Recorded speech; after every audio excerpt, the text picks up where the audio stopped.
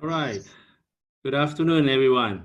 My name is Wei Sin, and I'm the CIO for Institute for HR Professionals.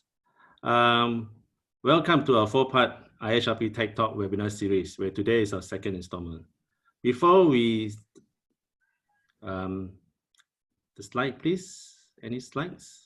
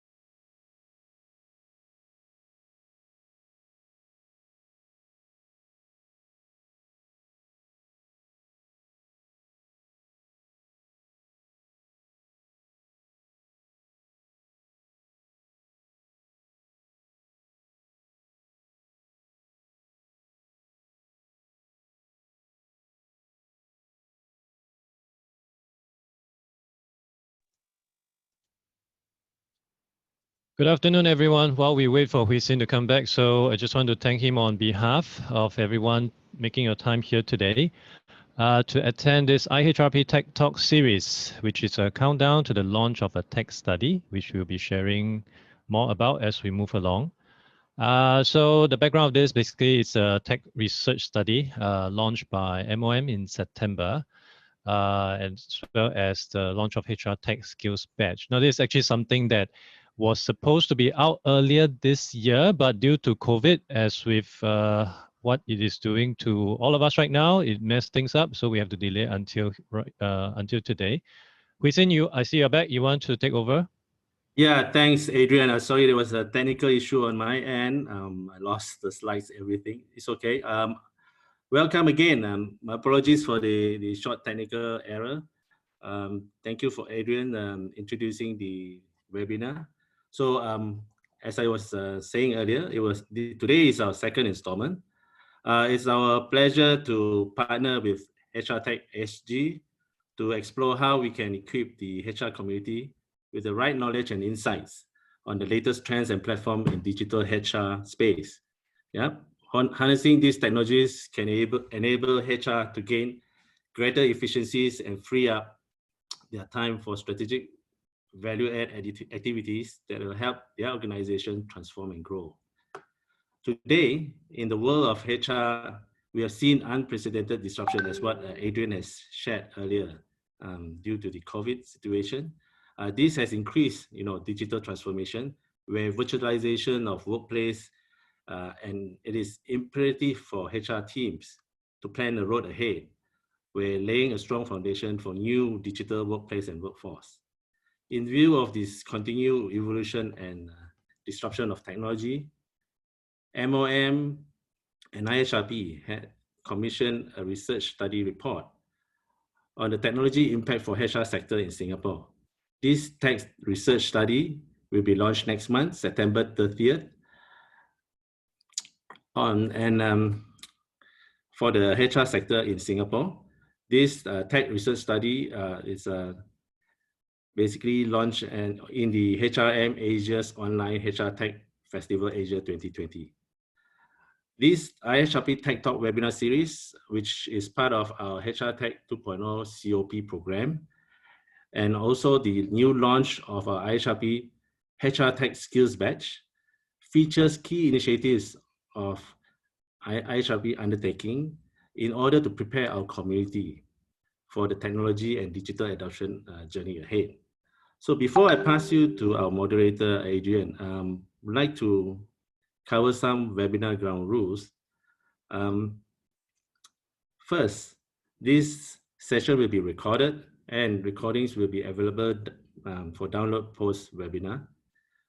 Second, our moderator will be introducing you to our speakers where they'll share how you can leverage tech to create best-in-class candidate experience.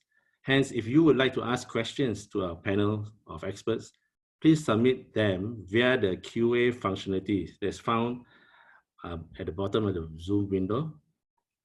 If you have questions for a specific panelist, please share the question in the following format, which is you put the name of the panelist first, then the question. So in order to minimize disruptions for participants' videos and microphone will be muted and disabled. Due to time constraint, we will not be covering, we may not cover all questions that is posed, but we'll follow up with you after the webinar. There's also the chat function, which we have enabled to allow participants to communicate between each other and also the panelists. However, if it's question related, please use the QA function. Please also refrain from taking any screenshot for the presentations or slides shared by the speaker or panelists, as materials are copyrighted. With permission from the speakers, we will provide you a set of slides post-event for your reference. Do note these copyrighted materials are for your reference only and should not be forwarded or redistributed to non-attendees. However, if you would require to use these slides, you may write to us at community@ihrp.sg to seek permission to use these slides. I hope these ground rules for your understanding, and I appreciate in advance for your kind understanding and cooperation. Now, let me introduce Adrian Tan. He is regarded as the top global influencer in work tech. Adrian has built a strong and credible voice over the years through his blog and numerous speaking engagements at prominent conferences. In his current capacity as practice leader at PeopleStrong, Adrian drives thought leadership through his voice of leading topics and mega trends in technology that supports the future of work. With over 15 years of HR entrepreneurial experience, he won 2 HR Vendors of the Year award and SHRI HR Entrepreneur of the Year 2013. Adrian is the creator of the Singapore HR Tech Market Map and also the council member at Singapore Human Resource Institute and also part of IHRP's HR Tech COP Task Force. Thank you for your partnership and support, Adrian. Over to you. Thank you, Wisin. Thank you so much. And once again, thank you to all the lovely audience that is making time at 4:08 p.m. I know it is TGIF. Please bear with us. We'll make sure that your hour and a half will be very insightful and very fruitful. So without further ado, I will kickstart. Today, the key focus will be on candidate experience. And we have seen across many different organizations, especially from where I am right now, enterprises that focus on HR tech as part of their transformational agenda are really creating better economic value and, importantly, better workplace experience. And studies after studies have shown that better workplace experience or better employee experience overall would lead to better engagement as well as better productivity. And end of the day, what do we all want? We just want more productive people. So this is the key aspect of it. But today we wouldn't be focusing and touching on the entire employee experience. We're just going to touch on a small subset. Can I go to the next slide, please?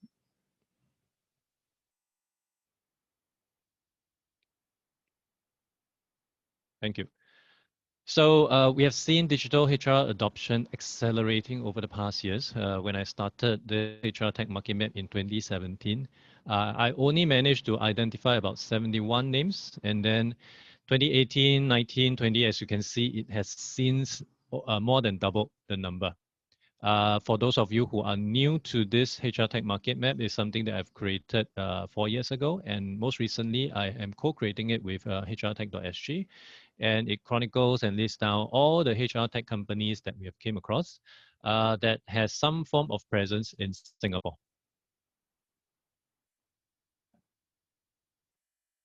Next, please.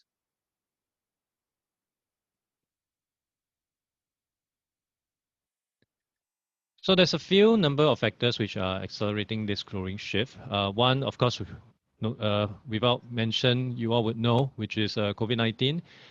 We all have to operate remotely. I am actually doing this in my bedroom balcony, which is extremely hot because of the weather. And for many companies, almost every single one of the employees have to conduct some form of remote work. And for companies that are still hiring, that candidate experience could be quite broken because how do you do onboarding? There'll be a challenge. And even prior to that, CHRO has always been under immense pressure to deliver more with less. In fact, not just CHRO, I would assume every single department. Using better technology tools would be one way to help enterprise not just to save costs, but really to do more of what is needed and to have better outcome. And of course, the tools are not just to help them with doing existing things better. It's also to help them make better decisions through analytics, through data. And of course, all these are also supplemented by Singapore government, as we have seen the number of new initiatives pushing for companies to really take up from retail to logistic, especially for even for companies that may not be in these leading fields. Many of them have been turning to technology to ensure things continue to function as normal. Next, please. So as I was saying, CX or candidate experience is just a subset of employee experience. For those of you who are not familiar, this is a source from Gallup. And essentially, it is the journey that an employee takes with your organization. So every single touch point with your employee would be part of the employee life cycle. But for today, we wouldn't have time to touch on every aspect of this. So we'll just be touching on the part that I have circled or rectangle out, which would be the initial portion and attracting, hiring, and onboarding. So later on, we'll be sharing a bit more, or rather the speakers will be sharing more on their individual take on this. Next, please. So essentially, our key focus here again is to understand how to leverage on HR tech to create the best and ideal candidate experience. So we would know this would come from attraction all the way until to getting them onboarded, and of course everything in between. That means your employer branding, how you do your interview, your screening, every single touch point would be very crucial to ensure that the hiring process can provide the maximum personalized candidate experience. And hopefully in this webinar, we'll be able to share with you some of the various recruitment technology solution out there, drawing reference from the vendor side, from Avvanz as well as Impress.ai, as well as some key sharings from our speaker over from LinkedIn as well as CBRE. So a few things I'll be addressing, various tools, how do I remotely shortlist applicant, how to create a positive experience, how can companies ensure fair consideration as well as to ensure background checks are done thoroughly. So quite a number of aspects, we will try to touch on as many as possible given the time limitation. Next, please. So before we begin the introduction of our speakers, I'd like to kick off the first poll so that we can start gathering some data. You should be able to see this pop up on your screen right now. And just give you about 25, 30 seconds to help us to understand why do organizations or why do your organization hesitate to invest in new HR tech? You can see the 4 different criteria there: lack of management support, high cost, lack of business case, non-availability of reference case studies. Whichever you feel would be the strongest, there's no right or wrong answer. Please fill that in and hit the submit button. And once that is done, we will move on. Can we go to the next slide?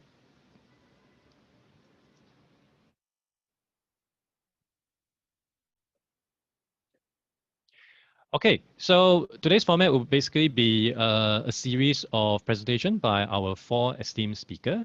So I'm going to start with the introduction, and then we will get the speaker to start the presentation. So first and foremost, we are very happy to receive Melissa Beldoni with us. Melissa was actually with Coca-Cola and Mattel and Cisco before currently being the head of talent acquisition, and she's covering Singapore, Malaysia, Hong Kong, and Japan for LinkedIn, where and across UK and APAC, she has more than 15 years of experience in agency, RPO, as well as in-house.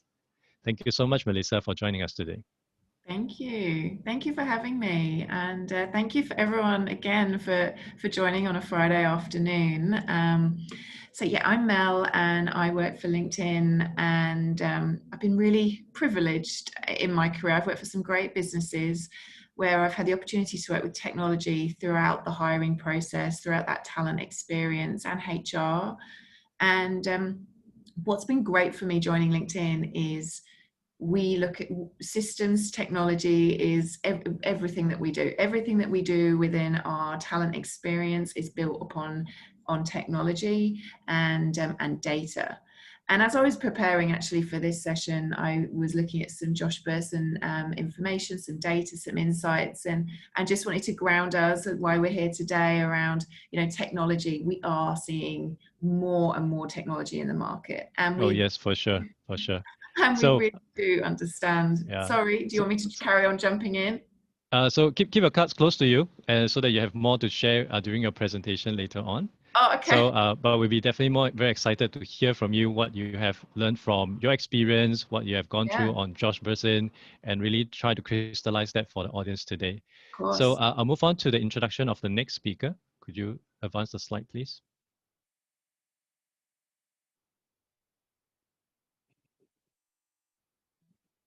Next slide, please. Thank you.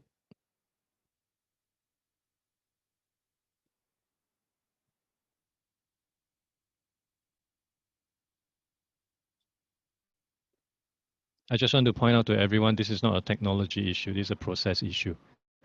Okay, thank you so much, finally.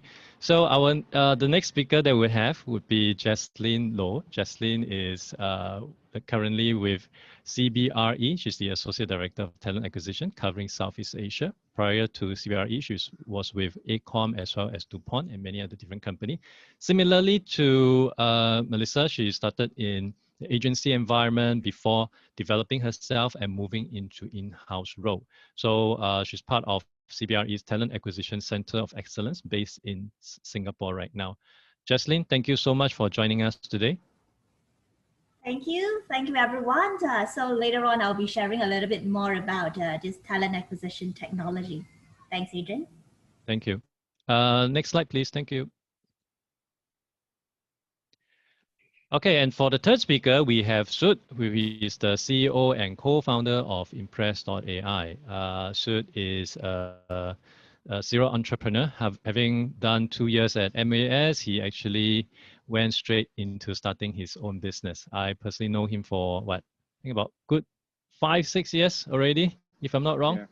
So it's quite impressive to see how he has developed himself as well as the company from a few people to a handful of people to what it is today with 33 employees serving so many companies across the Asia Pacific region. We are very happy to have you here with us, Sud. Thank you, Adrian. And I'm glad to be here as well. Thanks to everyone for making time on a Friday. I'll be glad to share some of the insights we have from our case studies with our clients. And hopefully I can give you something useful in how you can automate your recruitment processes and gain more accuracy out of that process. Thank you. Thank you, Sud. I'm sure you will be able to share a lot more insights with us later. So moving on to the last speaker of the day, we have Kanan. Kanan is an award-winning entrepreneur with 24 years of experience in technology and human capital. Prior to Avvanz, he was actually with First Advantage as well as Premier Farnell. And he has actually received several awards, including gold medal for best background screening provider, his company. And his prowess in the entrepreneurship space has actually won him Executive of the Year by Human Resources Technology. Kanan, thank you so much for making time today. I know you had a busy schedule. So we are very appreciative of your time and hope we can get to learn a lot from you later on. Kanan, you're on mute. I said thanks for emphasizing the number 24 because I guess I'm the oldest guy with the most wrinkles.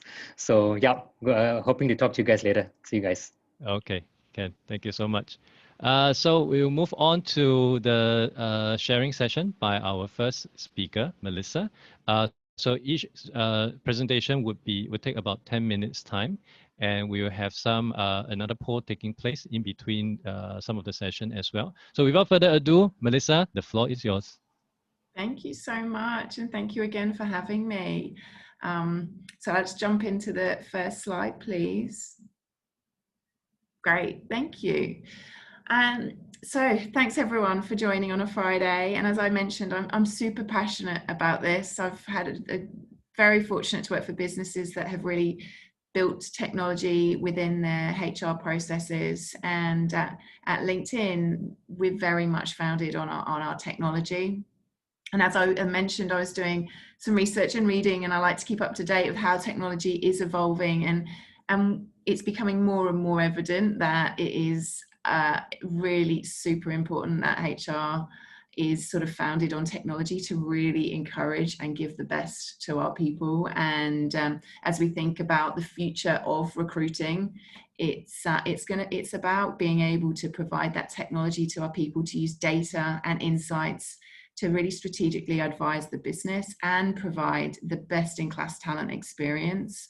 And technology is going to be important to do that. And as you can see from this chart, it is, whilst today we're talking about talent and hiring, we can see the importance of really having a core HR platform. It's evolved from a HR system to a HR platform now. It's, if you think about your iPhone and all the different apps you have on your iPhone, like technology in our HR space is really evolving to be like that.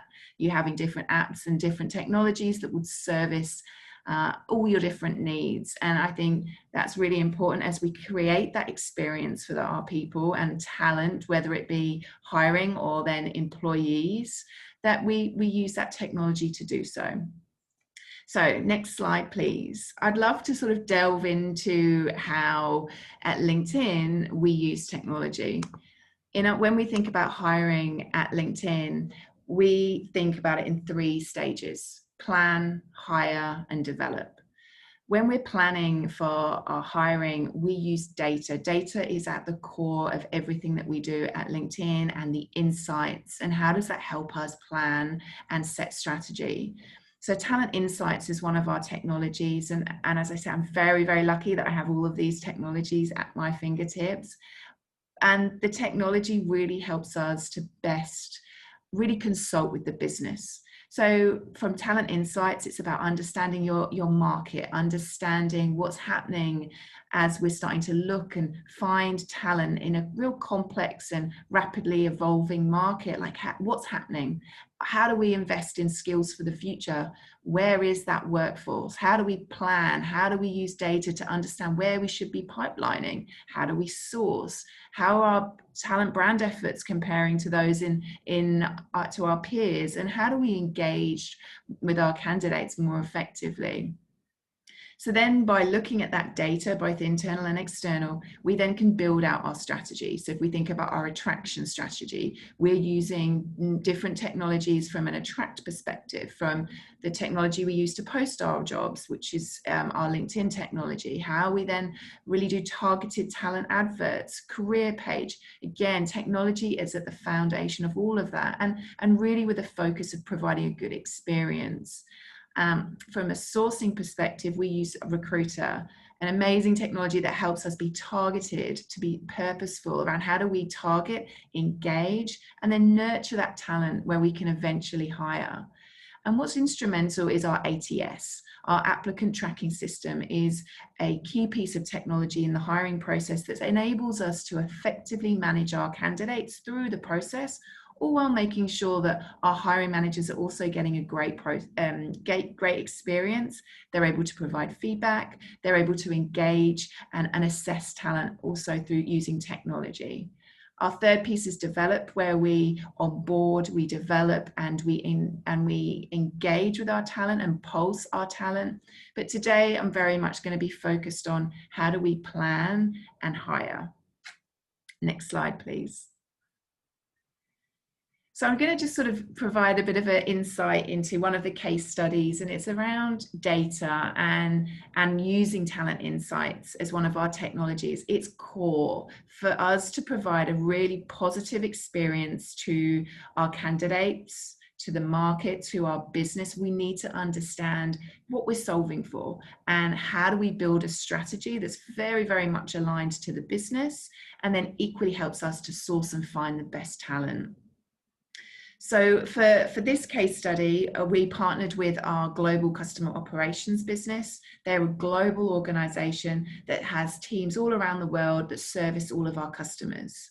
And recently, beginning of last year, we opened up in Malaysia. Many businesses are wanting to be part of our new office, and the customer operations team wanted to set up a new team. And they came to us to think about, where should we be putting this new team? You know, our business strategy is to grow, and our talents, we'd like your advice around talent strategy and how do we engage with the best talent.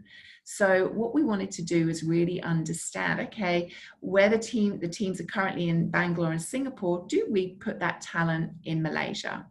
So again, by using technology and data, we were able to then start to think about, where is that talent? So we looked at the talent pool in Bangalore, and if we thought about the customer operations experience that we were looking for, how much relevant talent is available. And we looked at that across Bangalore, Singapore, and Malaysia.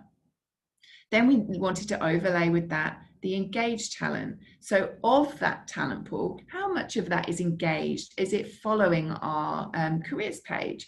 Is it interacting with any of our employees? Have they applied for previous roles? So how engaged are they with our brand? And then to layer onto that our in-mail response rate. So those messages that are being sent out by recruiters using our technology, what's the response rate? Is the talent really starting to engage with us? And what you can see from these stats is there is a strong availability of talent in the Malaysian market from a customer success perspective. But branding is where we need to work, which was no surprise. Malaysia's a new market to us, so we knew we needed to go deeper from a branding perspective. Next slide, please. But to layer on to that, we really wanted to think about skills. Like, are the skills there what we need? Again, if we think about the experience we want to provide to our candidates, we need to know where they are, what's the availability, and how do we engage with them. And when we thought, okay, well, let's look at in which country is going to have the skill set as well. We again looked at Bangalore and Singapore, where there's current teams. We looked at Malaysia. And you can see here from when we started to layer on language, because language was key. Again, our customer success teams are delivering to multi countries globally. Language was important. And when we looked at language by country, we could start to see actually the available pool is still very much in Bangalore and Singapore, not so much in Malaysia, from if we want to start to hire bilingual talent. Again, we looked at the engagement rate of that bilingual talent, like what do we have the engagement?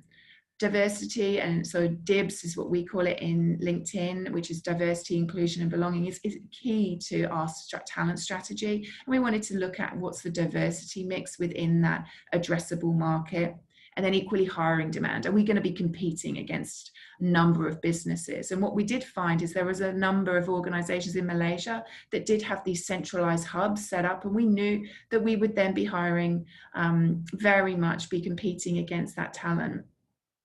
So based on that data, we actually advised the business that we needed to actually put this team in Bangalore and Singapore and mix it across the two, where there was an agreement that we didn't set up the customer org in Malaysia, but we went where there was talent. We knew that we had the skill sets, and we knew that we were able to attract and engage using our brand to get the best talent and also provide the best experience. We started to know that talent, and then equally we was able to outreach and engage. So again, by using technology, data, and insights, the team were able to really consult with the business. They showed up as true business partners. We were able to influence on the business strategy and the talent strategy, and technology enabled us to do all of that. I'll now go on to the next case study, and if you could please click onto the next slide. Thank you. So for case study 2, it's taking this the next step. And it's thinking about how do we use data and technology to engage with our candidates. And again, to provide the best experience, it's that upfront, the pipelining piece. How do we nurture? And for us, we really saw an opportunity in our sales organization. So our sales hiring is at one of our highest number of roles that we would hire across APAC.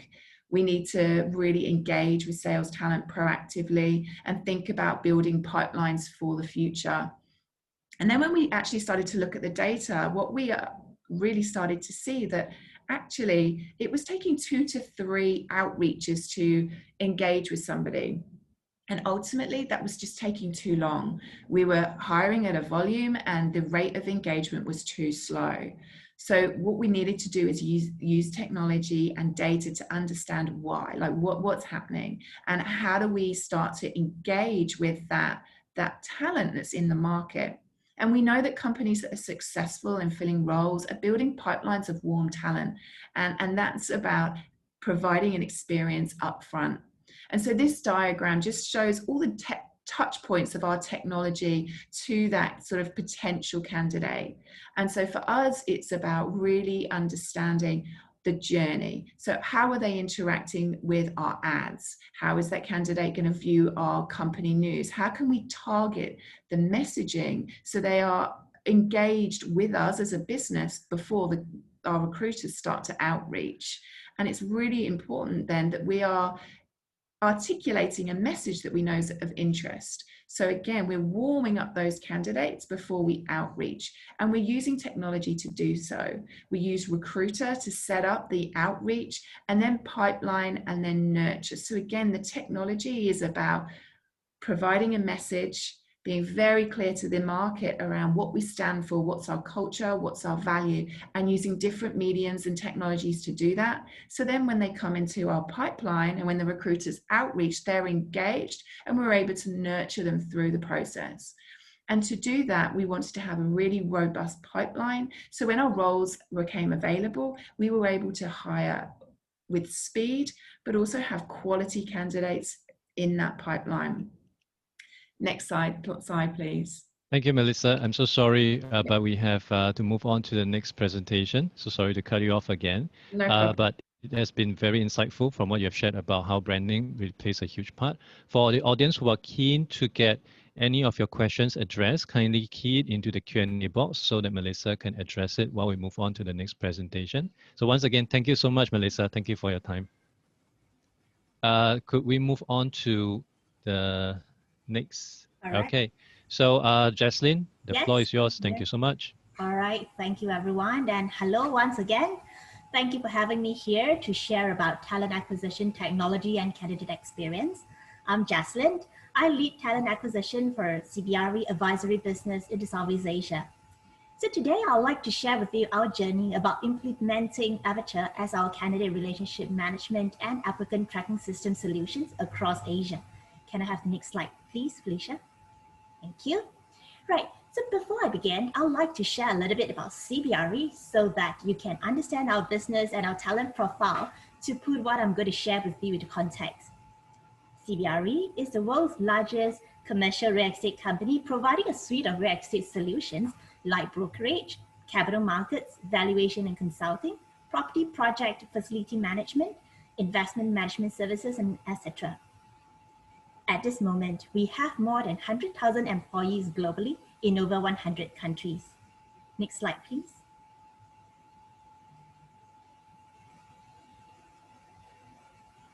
Before we look at our talent acquisition roadmap, we had to understand the unique talent landscape in Asia Pacific. Looking internally at our HR organization within APAC, we find that our talent functions are at a different state of maturity level, and there are inconsistency in our HR processes for the different countries and business lines.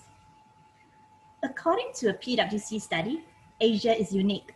Comparing to the US and Europe, Asia is a much higher hiring volume and a higher resignation rate within the new hires first year. CBRE brand awareness is also at a different level in the different markets that we operate in. Multi-generation workforce is what we are seeing in the market, And this can be a challenge in terms of how we attract, engage the different generation, as each group has their concerns. Their concerns and the area that they feel strongly about are quite different.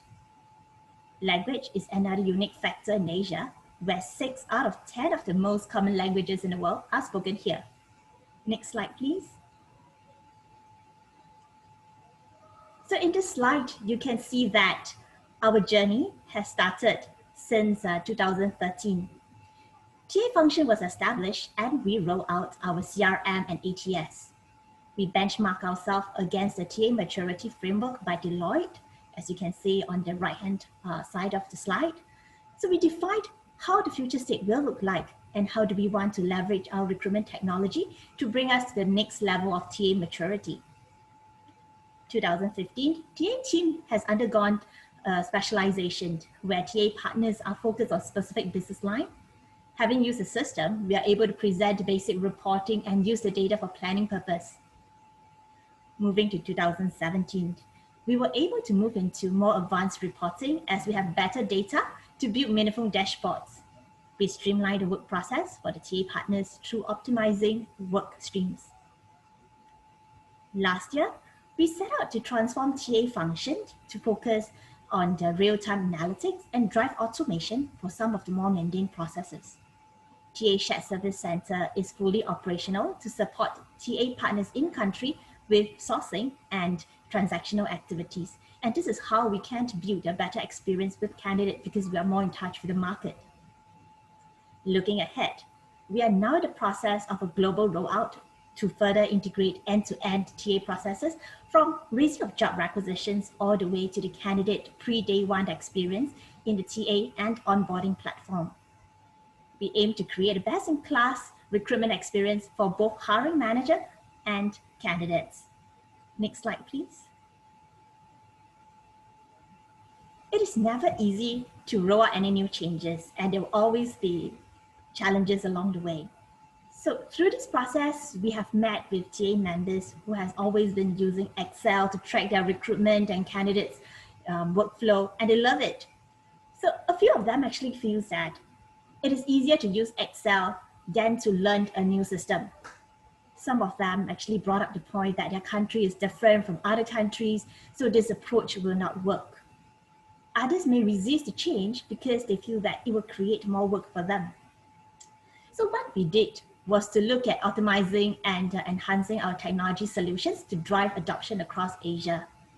We started gathering requirements in each country, standardized some of the workflow, and set out to configure the system to suit our needs. Lastly, training and support was provided to the TA team.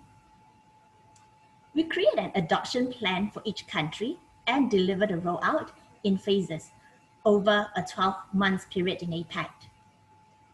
Josh Bersin has said that digital transformation is not about technology at all. It is about people. And people is the heart of all, so we focus our efforts on people. We identified change champions in each country. These system champions are people who tend to be more receptive to changes and they are comfortable navigating technology. They are supported with targeted training sessions to address their needs. We also engage the larger HR team, hiring managers, and business leaders to share what's the need for them as they are our key stakeholders. Like all changes, top-down approach and leadership support has given us a good start. Next slide, please. With a strong technology platform in place, we are able to obtain better quality data, and this helps us to measure our success for the program rollout. Overall, we improved the quality of hire, strengthened our employer brand, improved satisfaction for both hiring managers and candidates, reduced cost per hire, cut down the dependency on recruitment firms. This change helps to address the inefficiency in our recruitment process. Over a 12-month period, we improved adoption throughout Asia by 32%, and this implementation has won us a Silver Award for the best use of recruitment technology in the Asia Recruitment Award 2018. Next slide, please. Although we have come a long way, we need to create a model that we can do more without spending more, at the same time improving the quality of the service that we provide. To do so, we need to transform. Next slide, please, Felicia.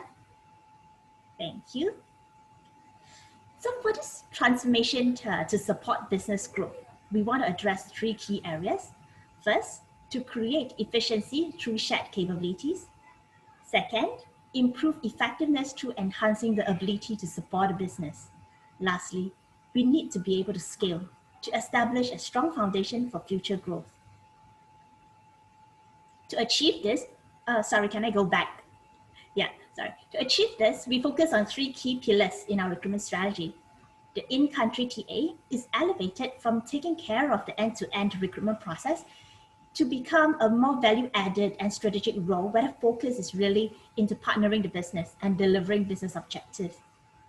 A newly developed TA shared service center is set up to partner the in-country TA team to manage the more transactional activities and to do the sourcing. Leveraging on our technology adoption, we further drive digitalization and the automation of work processes. Next slide. So here are some examples of the workflow that were automated to help the team track the right data and to improve our efficiency. We are able to automatically track the applicant source for each candidate, and this helps us understand the effectiveness of our recruitment campaigns or advertisement channels. For workflow that involves both shared service center and the in-country TA, the hands-off points were automated and emails triggered via the system so that each party is clear about the work that has been done and what is the next step to take. Communications with the candidates is very important to us because that's when they start interacting with us. So we have a standardized email templates to ensure consistent messaging and candidate experience. These standardized email templates are also available in local languages so that they could be used for non-English speaking countries or candidates. Reference check can also be time consuming. So we set up a workflow to trigger an email to the identified candidates to fill in their reference details. Once completed, their references will be notified of the reference check request. With the reference check being completed, TA partners and hiring managers will be notified immediately via email, and this process has saved the team a lot of time. Using TA technology platform, we are able to capture better data to run real-time dashboard that allows our TA team to have a clear visibility of the roles they're working on. TA leaders are also able to have an overview of the TA matrix like time to fill, satisfaction, team's workload across Asia, and whether there are any areas of concern that we need to look at. Next slide, please. With this transformation, we have reduced our time to fill, free up the country TA team's capacity to focus on the value-added business partnering, and also we increase satisfaction level. Our regional recruitment strategy was put forward in the recent Asia Recruitment Award, and we're happy to say that it has won the Silver Award. And I've come to the end of my sharing. Thank you very much for your time.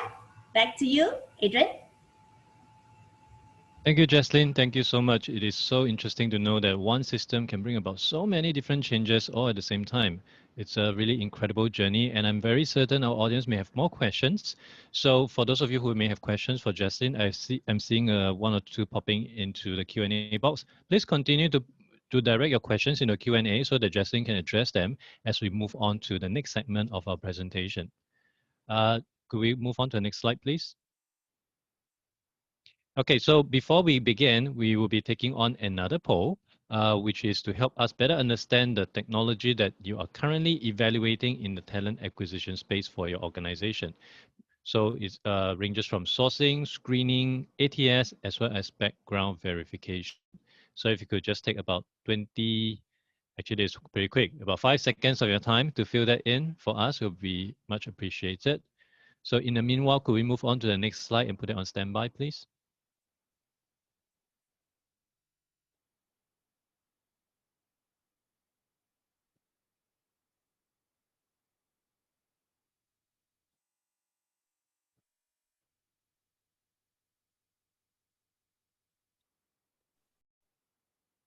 Okay, I hope most of you has already filled in the poll. So could we just bring up the results for everyone to take a look? Okay, so a large majority would be looking into screening technology. screening, as in video interview, virtual assessment, and of course, perhaps even to the extent of doing it through a chatbot, like what Sud would probably be sharing about on what Impress.ai is trying to do. So Sud, the floor is yours. Thank you, Adrian. Hi, everyone. Glad to see that poll right before my presentation, because that's exactly what we help companies with. We help companies with screening faster and in a more accurate way.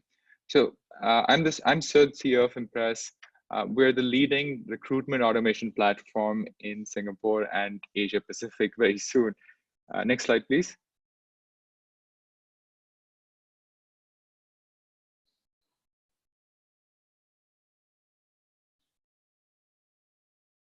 Wow, it's a mystery what's on my next slide.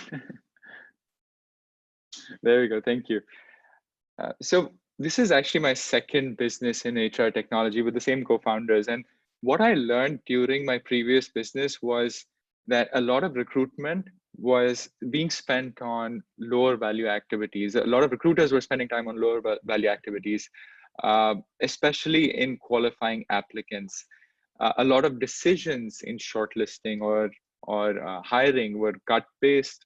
A lot of them were unstructured, and there was little ownership or visibility of how candidates were feeling about this experience.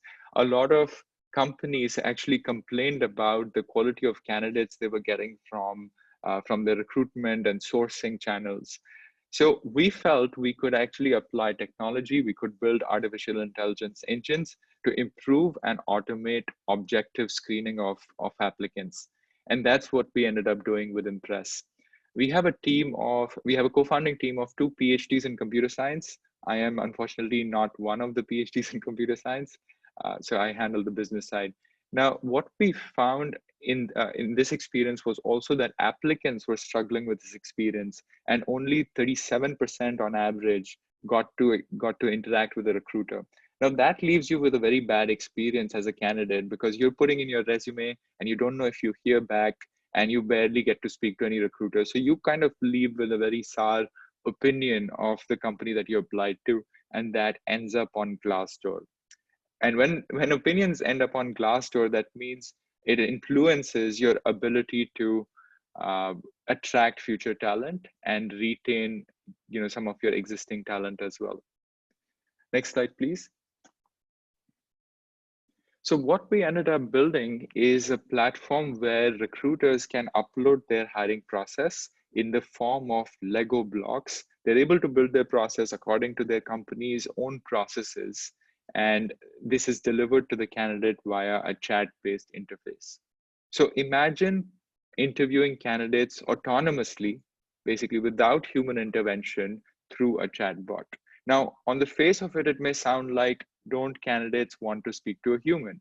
Yes, they do. Everybody wants to speak to a human, but the constraints of business, the constraints and resources, as we saw earlier, allow only on average 37% of them to talk to a human. Therefore, actually having an interactive chatbot talking to them and understanding their skills for the role is a really big upgrade for most of the candidates, because most of them aren't hearing back. So in Impress's case, the hiring process is executed with the help of a chatbot. It talks to the candidates, asks them questions related to the job, and uses objective and unbiased criteria to evaluate their score. And this score is not only used to send the candidates to any third-party assessments like video interviews or programming assessments or psychometric assessments that you may want to use. It is also used to calculate a total fitment score, which you are able to get on your dashboard for making faster decisions on shortlisting. The end result, of course, on the next slide, please.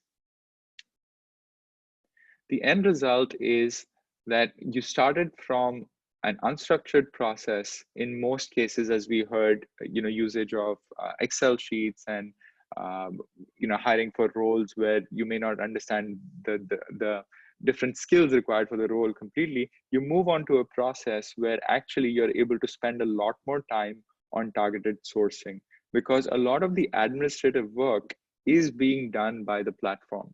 So any candidates who are coming in are actually being automatically interviewed by the chatbot. You're getting results on a dashboard. These are numerical results, and all you need to focus on is number one, shortlisted candidates, and you can even focus a lot more time on targeted sourcing, maybe on LinkedIn, especially because that's what is actually time consuming.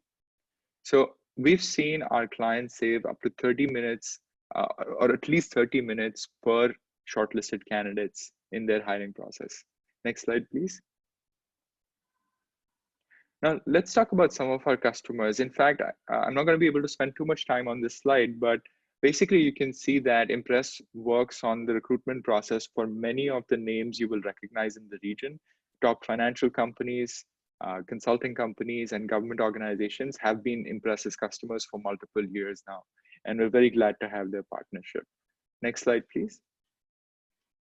Now, why do these customers come to us and stick with us? The reasons that they give us, and of course we expected this, are number one, 75% reduction in time to qualify. This is something that we've verified with many customers. They are heavily able to reduce the time recruiters are spending on qualifying candidates and shortlisting them. There's also, of course, a reduction in cost of hire when you reduce administrative tasks, when you reduce time spent on administrative tasks like following up with candidates or tracking them through a process, or sending them to the next assessment that they need to be sent to, or even the need to have a phone call. You don't anymore need to have that first screening phone call because that work is done by the Impress bot. You only need to have a call probably with the shortlisted candidates. This increases your ability to reach to more candidates as well, because instead of shortlisting candidates based on arbitrary criteria like keywords, the platform actually interviews all the candidates through objective criteria. And that means that all the candidates go through an interview rather than, say, the top 20%.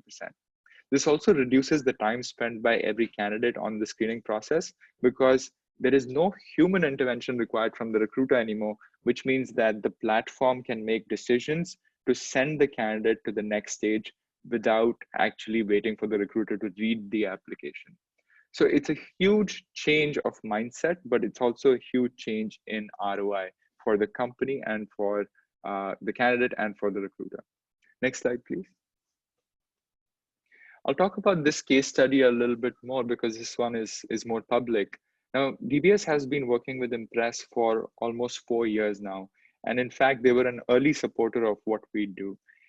What we've seen with DBS is when they started using us for hiring people in the revenue generating roles, and they do that with Impress now in multiple countries and multiple languages. We saw that they were able to digitally transform their candidate experience using Impress, which ultimately led to hundreds of candidates being hired out of thousands of candidates. And it actually proved a very high candidate satisfaction ratings, above 90s, basically 90%, over 90% of the candidates said they were happier with this experience than before.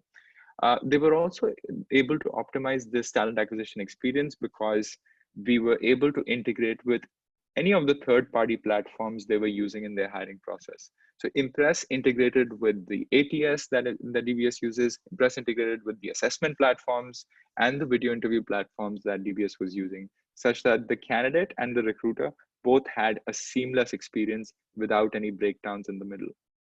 That's how you achieve a reduction in candidate qualification time. Next slide, please. Very similar case study with a large telco in Singapore that we worked with. We handled their management associate program every year for the past couple of years. And look at the scale for this hiring operation. It's thousands of candidates applying, out of which only 10% get shortlisted. And you have to make 38 hires in total out of these thousands of candidates. It's very, very difficult for a human to be able to objectively evaluate thousands of candidates, but it is a cakewalk for a system that is built to do exactly that autonomously. Not only the system screens candidates, but it also answers their questions and engages them with the brand, which results in a high candidate satisfaction score. And as you can see, 95% is what we got in this case. That's all I had to share. I think my last slide is a thank you note to all the participants. Please feel free to reach out to us if you'd like to know more. Thank you. Thank you, Sud. Thank you for the insightful sharing. Again, questions for Sud, please key into the Q&A box so that he can take some time to address them as we move on to the last segment of our presentation. Kanan, over to you. Thank you. How are you guys doing? I know I'm between you and your TGIF, right? So let's have some fun with it. I'm going to tell you this in a whole story format. And before I go into the topic, so I'm CEO of Avvanz. We started in HQ out of Singapore, but now we have pretty much presence and clients across the globe. And we embrace technology to do background checks. So earlier, the speakers talked about hiring the right people, using video interviewing and all that. But next slide, please. But the big question here is, do you really know who you hire? It's a very important question. And the reason why I started Avvanz about 4.5 years ago was, when, again, although born in Singapore, I worked in Canada, US, and Poland for a while, and in various leadership positions. And the problems were always the same. People were not really what they claimed to be in their resume, even no matter how thorough your interviewing process is. And we have found out that the CV discrepancy can be about 35%. So every 10 resumes, about 3 to 5 of them have some kind of problem, right? So if people are faking their credentials, today is very easy. In fact, there's a Channel News Asia show where I was proving a point where you can buy a certificate of any university you want for just $5. Maybe some of you would know some cheaper sources. So it's really, really important for us to be able to completely validate what people are putting on the profile, right? Especially now with COVID and all that, there's no, it's very risky now for you to hire the wrong person. And character reference checks. I know the word reference checks was kept on being used earlier in the webinar, but I was a little bit uncomfortable because in my world, reference checks is a bad word.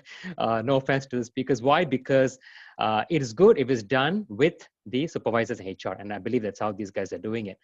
If you're doing it with a peer reference given by the candidate, and let's say I'm joining your company, and you're going to do a reference check on me, out of already given bought a big barrel of beer to the guy you're going to call, and he's going to say only good things. How often do you really get not so positive insights on a candidate? Is always a good thing. Even recruitment companies, right?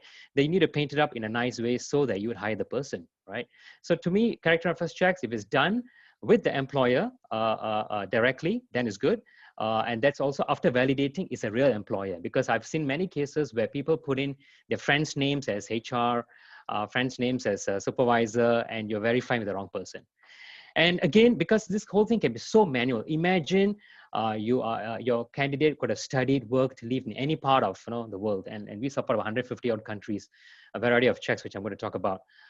It can be very cumbersome, very mafan, right? To be able to do this with each and every source, whether it's a criminal check or whatever it is. So how can technology help us? That's what I'm going to talk about. All right, next slide. Yeah, so again, as I said, I'm going to tell you a story, right? So this is all high-profile cases of people who were all sort of faking the resumes for different reasons. And these are high-profile examples. And I'm not just talking about the global ones, right? Even in Singapore, you often see people reported for fake credentials, and very recent ones as well, which is why I think now it's even more than 35%. I think now with a lot of people out there without a job, probably they're going to pad up their resumes. And then even to get the job, they might even, fake a resume, fake a CV, fake a certificate. It's all happening. It's all real. Do you remember the movie Catch Me If You Can, the DiCaprio movie, where he would actually go on from a job to job, like a lawyer to a doctor to a pilot, and all that was possible because he wasn't he wasn't being background checked, right? So that's a famous example of a case whereby background check is so important. And if you look at the cost associated with it, a Gallup study shows that if you hire the wrong person, they tend to, of course, it's going to cost you financial damage, reputational damage. But the other thing is background check people tend to stay with the company for a longer period of time as well. So that being said, it also increases or rather reduces your cost of attrition, right? And it reduces the cost of hiring. So all that put together, your returns on investment is definitely more than 100% because we're talking about lots of damages, lots of costs, all that being saved potentially, right? And I think very recent one was a fake pilot. I think just came out last week. So again, if you just Google cost of not doing background check, you will see a lot of cases. Next slide, please.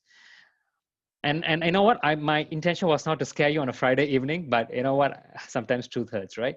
So these are all the types of checks you can do. As you can see, there's a whole list of criminal checks, civil cases. I think in Hong Kong, we caught a lot of civil cases thanks to the protests. Global sanction is like Interpol, money laundering, drug trafficking. And now the Avvanz is not just a HR tech company, we're also fintech certified. We are working with a lot of fintech companies now, and KYC AML is a big zone, and we've come up with products for that as well. Adverse media's media footprint, right? Like if you put my name, Kannan Shetty, in the Google, you probably see I speak and write and talk a lot in various conferences, various topics. But if I say something negatively, that's going to come in adverse media. But social media checks is probably the most, I think it's our #1 check right now. It used to be criminal check, now it's social media. That's something I think impacts everyone, because everyone's a social media profile, right? And if someone puts something wrong on their profile or something derogatory, which we're going to talk about in a short while, that can affect the brand reputation of the company. Then you've got sex offenses, OFAC checks, financial checks, your MAS, or in Hong Kong, call it HKMA. And then you have your ID verification, right? And of course, the education employment verification, which was discussed earlier. So reference check is good. If that word is good for me, if it's done directly with the employer and after validating the company and the employer. Even education, we catch a lot of degree mills. So you need to verify that this is not a degree mill, and then make sure that then you verify the checks with them. So these are all a variety of checks. Of course, you don't do all checks on everyone, right? It really depends on the risk associated with the role. So obviously more higher the risk level, more checks, more number of years. You can go even beyond 10 years. In fact, some of the clients with us, they even do since 18 years of age. So I'm like 49 now, you're talking about 30 over years of background check, which can be very expensive. So you're talking about cost versus benefit versus risk, right? Next slide. I just need to cover before Adrian's face comes up, right? The moment it comes up, I only know I got 1 minute left. Okay, and then I talked about the reputational social media checks, right? These are high real life cases. We have caught a lot of stuff, especially when it comes to radicalism.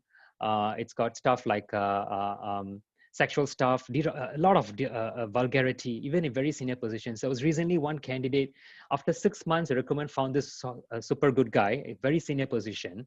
Our background check, everything was clear, but there was one social media post he made. He put up a black dog's face, and at the bottom, he put down there, "I only bark at black people." That was like a big no-no. And eventually, of course, we don't dictate what the company should do, but the decision could have been either to let the person, not hire the person, or to have a good talk with the person and make sure the person's clean. So a lot of companies do social media checks like every 3 months, 6 months. Even schools, a lot of international schools we work with, most of them in Singapore is all with us, and we background check all the educators. It's very important because as a parent of 2 kids myself, I always want to check out the teachers, make sure they're in good hands and all that, right? And a lot of cases have happened even in Singapore, even with my daughter's school. So that's why I think it's very important that you must be very, very careful what you put on, what you like, what you comment, what you post, what you allow yourself to be tagged in, because we have machine language and RPA and a bit of data analytics, and we will crawl through everything plus whatever appears about you on Google, and we'll catch you. Right, so so you can call us whatever names you want. You might not like us, but that's what we do. So social media check can be very detailed. Nowadays, it's very much more relevant because with COVID-19, a lot of HR has been hard to contact. A lot of them either work from home, or they that the office numbers are not directing to their personal numbers. So it's very hard to get to do employment checks. Although we still try to do it within less than 12 or 15 business days in total for all the checks. But social media is a good element. It gives you a lot of extra data point on a candidate, in addition to whatever assessments that you do or video interviewing. All that's great, but I think eventually you really want to see the other behavior of the individual as well. Next slide. Next slide, please. Okay. So, and I also want to talk about very quickly about blockchain. So as a company, I mean, we also a training company, one part of the business where we do a lot of digital transformation work with companies. And we practice all the technology. And so RPA, AI, big data, cloud computing, cyber is all there. But blockchain is probably the most misunderstood technology. A lot of people think it's just Bitcoins. It's not. There's a lot of applications.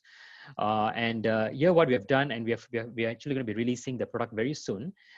So pre-verified credentials could already be there. So which means you don't have to validate or background check a person's education check all over again. Because, static data are 2 things. One is education check and the previous employment, right? If it's already checked before, you don't have to check again and again and again.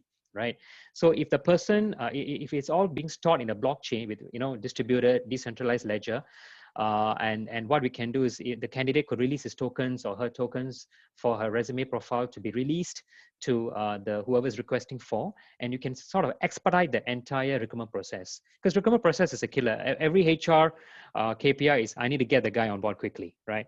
So that's where we want to help. So blockchain is going to help a lot in terms of verifying static data. We're also experimenting with variable data as well. So while being employed, if I commit any criminal offense, that also could possibly come up, right? And that should be a trigger for that. So that's a harder one, which not many companies have figured out. Thanks to a lot of government grants in Singapore, great to have HQ here. There's a lot of support for us to build products beyond what we want to build, so we really can stretch our bar, right? Okay, Adrian has come up, so I've got 1 minute, so 30 seconds each case study. Next slide. Next slide, please. That time shouldn't be counted in.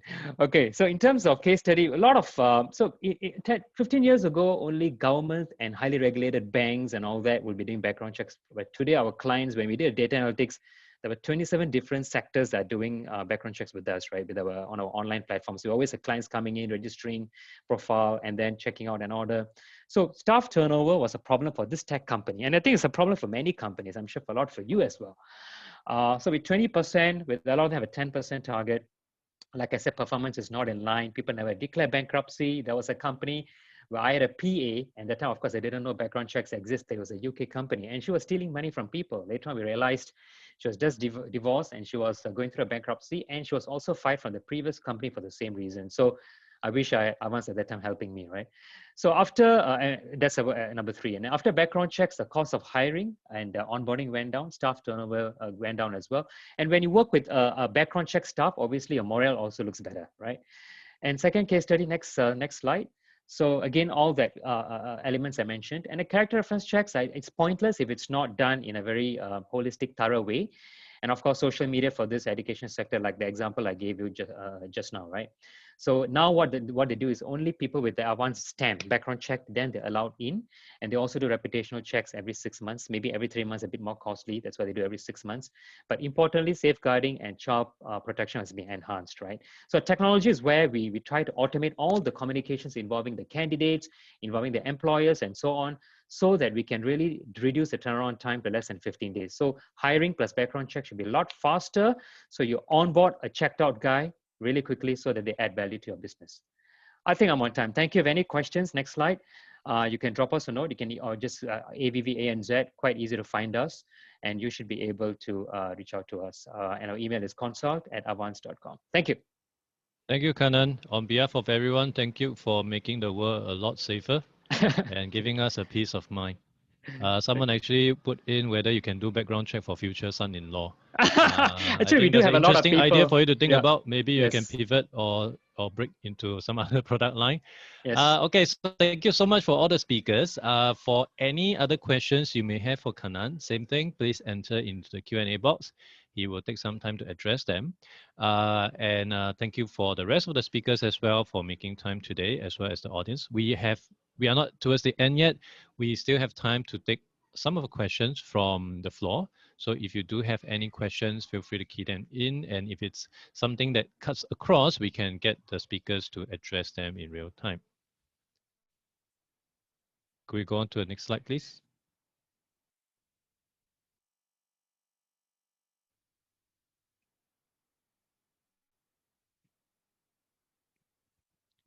So can I just get all the speakers to come back online? Thank you so much. So I believe Sud is still, he actually got the most number of questions. I think got like more than 10 to answer. So I just want to thank you very much for the time that you've spent. And since we have some time right now, I'd like to get some of these questions addressed in real time. So that'll be interesting. And also to touch on some of the stuff that may not have been asked. Like for example, in today's context, I think the key thing which we have seen recently would be the changes announced by Ministry of Manpower. So the changes to EP, S-Pass, those kind of stuff. So when it comes to things like this, where you have to take into consideration new compliance measures, as well as to ensure that the company is able to get in the healthy pipeline. How would you as an organization on behalf of your or to support your client in managing this ever-changing landscape? And this is something that actually came about, I would say, quite sudden, although there has been whispers here and there, but I guess many of us never expect the decision to be made. So I would like to open up the floor, perhaps to begin with Melissa, Jaslyn, on your thoughts about this. And then once Kanan, you have time, Kanan give you some time to address some of the Q&A that may be coming in right now. So Melissa, Jaslyn, any thoughts on that? Yes, you're right, Adrian. The announcement actually came in quite sudden, and you see that some of this is going to kick in pretty soon. But for CBRE, we are an organization that really looks at local talent, and we do put in, because for us, we do have sourcing center that's based out in the Malaysia, KL. So for us, when we work with our sources in our shared service center, these are some key things that we'll highlight in terms of the importance to consider local talent before we actually look at, are there other, foreigners that could do this piece of work, right? So I think it's about the communication process to make sure that, in terms of the TA functions, we're all aligned. And I guess, for us to have the ready pool of talent is also about, and that's also the reason why we have the shared service center set up, is really to engage talent before the needs arises. It's really about, to talk to people in the market, to know who's looking out when, and therefore we can make a connection where the timing is right. So it's more proactive in nature rather than to wait for things to happen and then we react to that. I see. Okay, so taking a very proactive approach. And Melissa, do you have anything to add to that? Yeah, very similar. And I think it's absolutely, talent is our number one priority, and it's about hiring the best talent into our business. And for us, it's we do a lot of partnership with the universities, with MOM, and to make sure that we are being a fair employer. And what's more important is, you're focused on diversity. That's equal, we've got to remember, like the why, it's all about diversity of thinking. It's about being an inclusive employer. And I think it's about being proactive, to your point, Jessalyn, around how are we attracting talent. So for us as well, when we're thinking about our media strategies and pipelining, how are we attracting local talent? How are we seen as an employer of choice for local talent, and making sure that we're proactively outreaching, and then thinking about then how are we developing and growing our talent in the business as well. So it's definitely top of mind, and it's definitely something we partner with the business and HR on. It's not just a TA responsibility, it's a business responsibility. Right. Thank you so much for that. And I'd like to jump across to Kanan. And this is a question that came in from Ashif regarding gender identification is not allowed in some countries.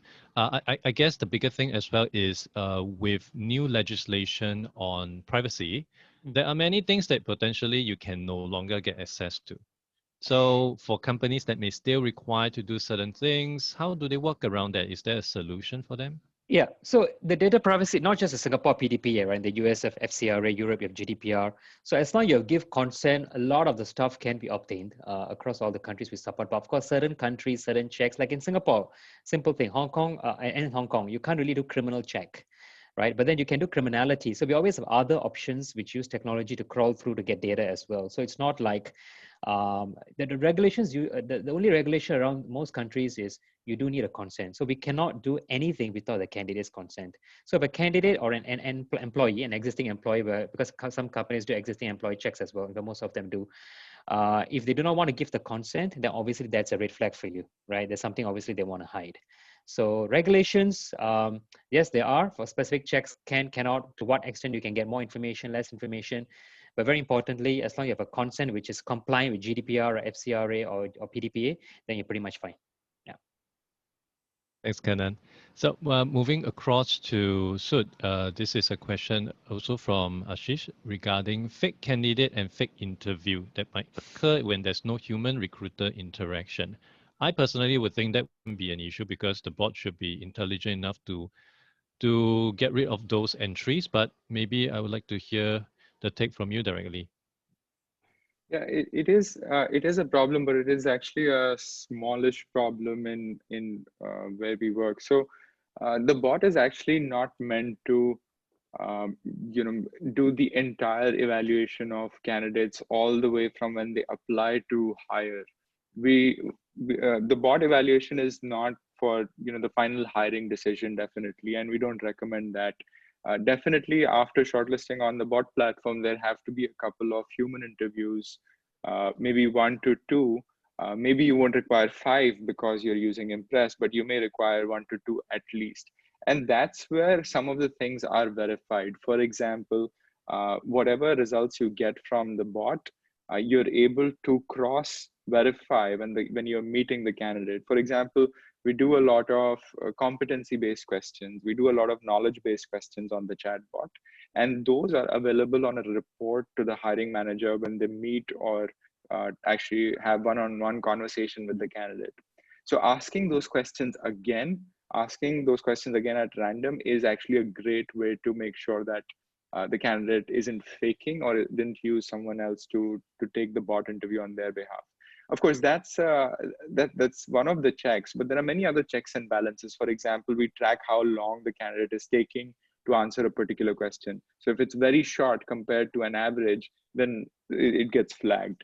There are other things like actually sending candidates questions randomly from a data set rather than sending the same question to all the candidates. So all of these checks and balances add up to make sure that the problem of fake candidates is very, very low, such that it's not a major concern.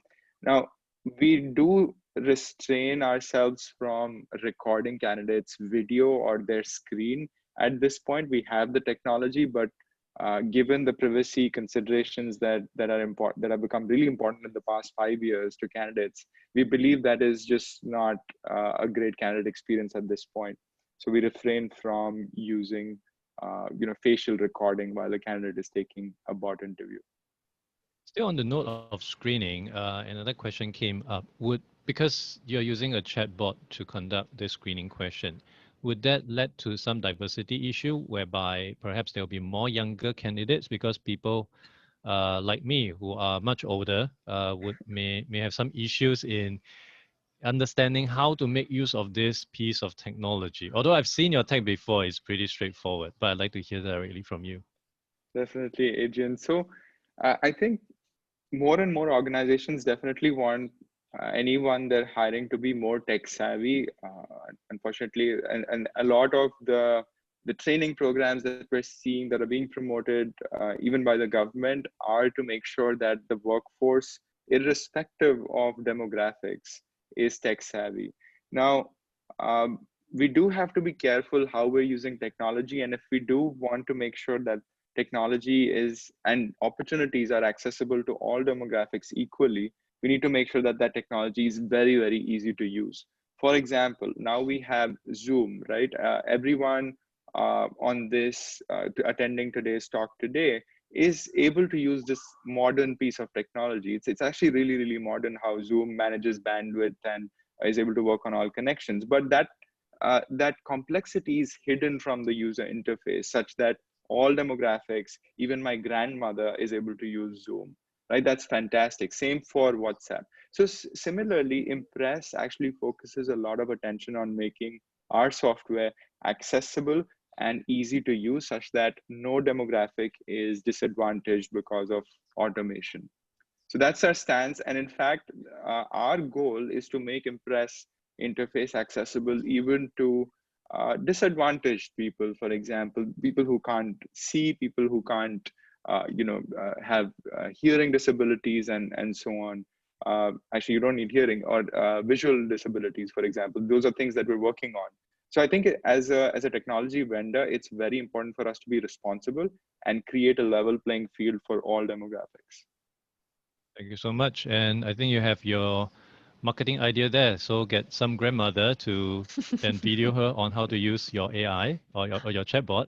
to show how easy it is. So I know there's still some questions here, but we're reaching towards the end of the session. But before we wrap it up, I just like to run through all the speakers to understand what's next for you in the space of candidate experience. Melissa, maybe you can start off first. So what's next in LinkedIn's pipeline on how you're going to further elevate the candidate experience for the people you're trying to bring in? Sure. We're actually doing a lot of work at the moment around candidate personas. So again, using data and insights to understand what is the persona of that candidate in that country for that role, and how do we target them? How do we engage with them? How do we connect with them and then nurture? So I think more increasingly, it's about being proactive and building really robust pipelines to be able to then effectively hire. Speed, quality, it's all about knowing your talent. So that's sort of what's next for us, is the personas and nurturing and building really robust pipelines.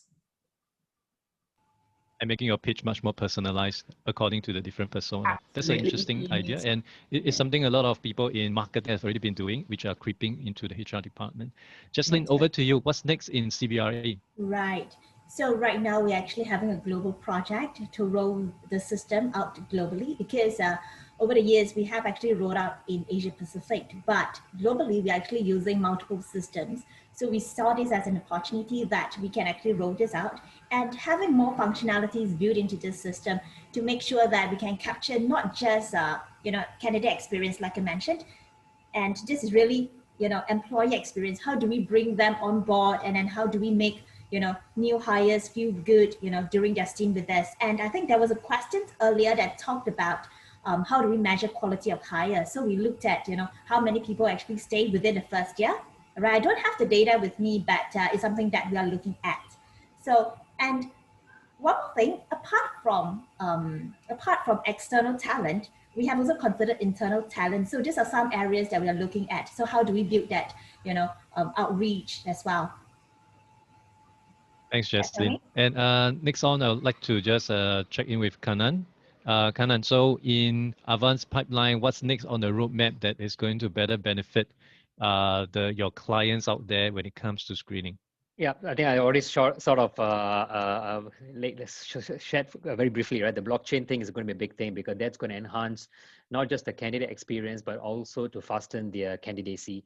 And the other thing within the Screen Global platform, the Avvanz Screen Global platform, which does the background checks, we have automated a lot of the stuff, but now there's going to be even more UX for candidate, whereby it's going to be a lot easier, because no one likes to get background checked. I'm sure you as well, right? But that's it's all the more important that we make the whole process pleasant as possible and easy. Otherwise, they will say, "Oh, I can't find the document. I can't get this. I can't get that." And it's a lot harder. So it's to just make it seamless, and that's why we're going to be investing more into the UI. Yeah, thank you. Very much looking forward to it. And lastly, Sud, over to you. What's next on the roadmap? There are quite a few exciting things actually, but the way we think about this is we've only begun the journey of candidate engagement with Impress. We are currently in the selection zone. Now, what we want to be able to do is help companies predict what kind of candidates to hire based on who stays longer, who performs well. So we are looking at capturing more and more data sets from the customers we currently work with.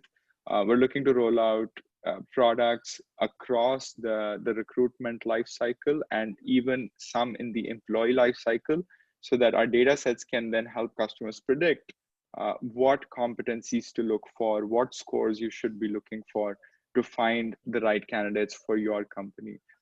Next up, I believe we'll be releasing more pre-boarding and onboarding solutions. That's the most ideal outcome from our product roadmap. But there is a much bigger plan in the coming 2 years, which hopefully we'll be able to reveal in upcoming webinars. We will check in with you in 2022. Absolutely. Thank you so much, Sud. And that concludes our webinar today. I will hand it back over to Wei Sin. Wei Sin, thank you. Thanks, Adrian, for your partnership and the role of the moderator. I also want to take this opportunity to thank our esteemed speakers, Mel, Jocelyn, Sud, and Kanan, for sharing their experiences in this part 2 of our IHRP Tech Talk series. I mean, it was an eye-opening experience for myself, even though I'm in CIO, there are a lot of technologies that are upcoming, and it helps. I strongly believe it will help our HR community in getting their operations, the experience of the operations easier dealing with talent acquisition. We will also greatly appreciate if you can share your feedback on the suggestions for future webinar topics. You can scan the QR code, as you can see here on the screen, for the webinar feedback form, and then click the link per the follow-up email. Yeah, and I would like to also thank all of you again for joining us on this Friday afternoon. At the last count, we have 300 plus of you still with us. It's really great to see that that the topics are very relevant to you and it's insightful for you to learn. I hope to see you on the next installment of our IHRP Tech Talk series, where we will be focusing on tech in the talent engagement space. And our last installment will be also focusing on the tech talent development. So have a good evening and stay safe.